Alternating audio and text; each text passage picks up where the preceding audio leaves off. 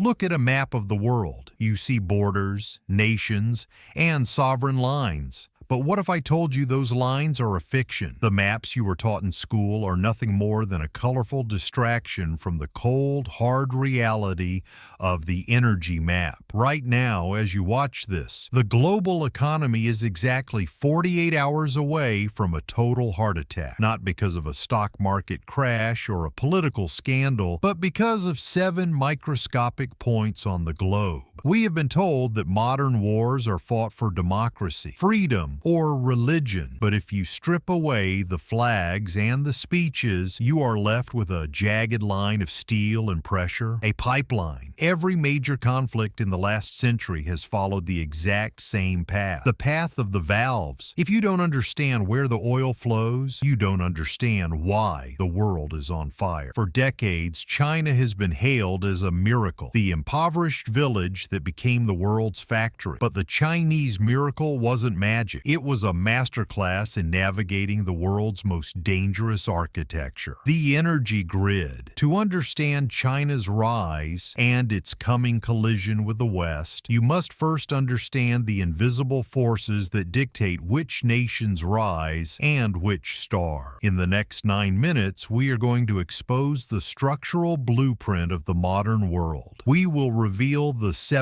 choke points that act as the planet's jugular veins, and why naval bases are mathematically aligned around them. We will uncover the 1971 pivot, the secret pact that turned oil into a financial weapon of mass destruction. And finally, we will look at the terrifying EROI decay, the invisible math that is forcing superpowers into a desperate final grab for the world's last easy resources. By the end of this video, you will never look at a news headline the same way again. Geopolitics is not about land. It is about valves. Over 70% of all seaborne oil on this planet, tens of millions of barrels every single day, must pass through just 7 narrow maritime straits. These are the choke points. Think of the Strait of Hormuz. At its narrowest, it's a mere 21 miles wide, yet 21 million barrels of oil flow through it daily. If that single valve were to close, the global economy would cease to function in less than 2 days. This is why borders in the Middle East are so violently contested. It isn't about the sand. It's about the proximity to the faucet. When you map out the location of U.S. and Chinese naval bases today, you realize they aren't placed for defense in a traditional sense. They are mathematically aligned like sentinels around these 7 points. China's Belt and Road Initiative is a direct response to what they call the Malacca Dilemma. Over 80% of China's oil imports pass through the Strait of Malacca. If a rival power closes that gate, the tech factory of the world goes dark in weeks. This is the true reason for the militarization of the South China Sea. It is a race to ensure that no one can turn off the lights in Beijing. Every island built, every carrier deployed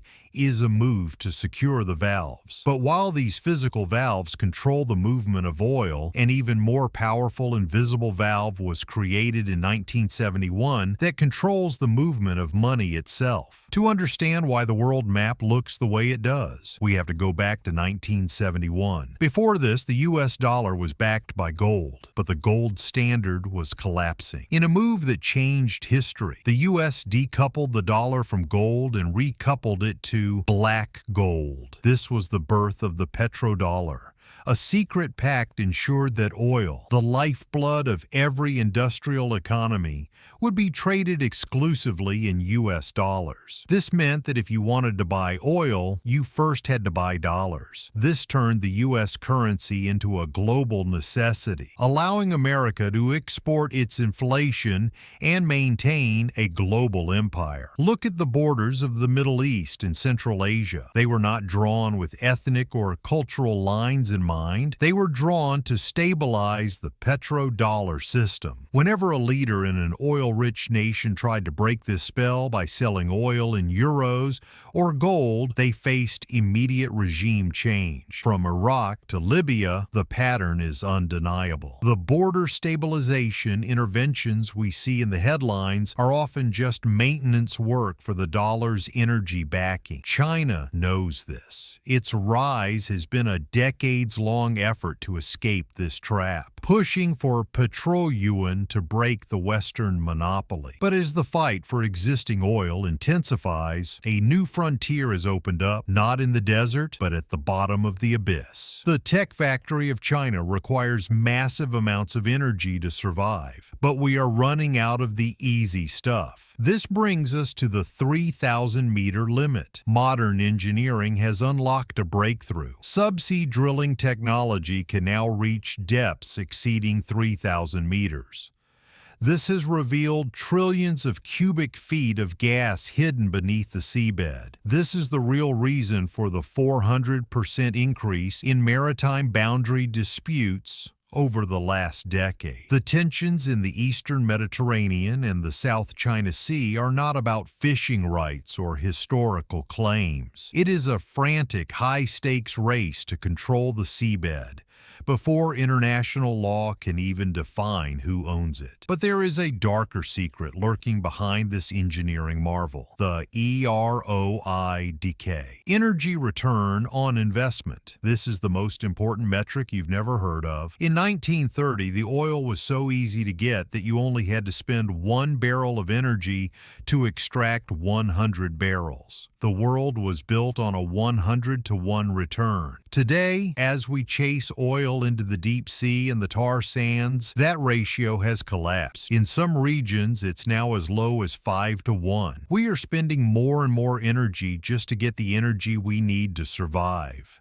The superpowers are in a state of quiet desperation. They aren't competing for oil in a general sense.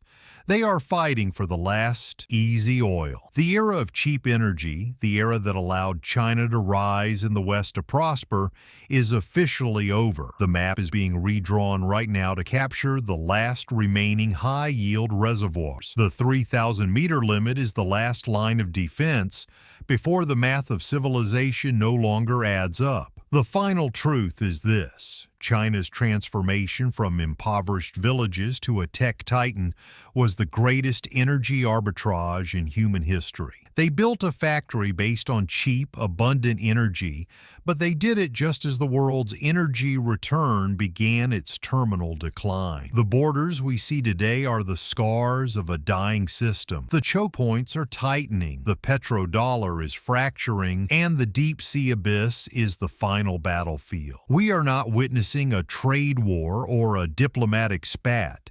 We are witnessing the final violent reorganization of the world map as the high-yield oil reserves run dry. The world's tech factory is realizing that in a world of declining energy returns, the only thing that matters is who owns the valve. The miracle of the last century was powered by a math that no longer exists. 1930 had a 100-to-1 return. 2026 is struggling to maintain 5-to-1. The transition isn't just about going green, it's about survival in a world where easy oil is a myth of the past. If you want to understand the next decade, stop looking at the politicians and start looking at the pipelines. Understanding this energy map is the only way to see the truth behind the headlines. If you found this deep dive valuable, subscribe now so you don't miss our next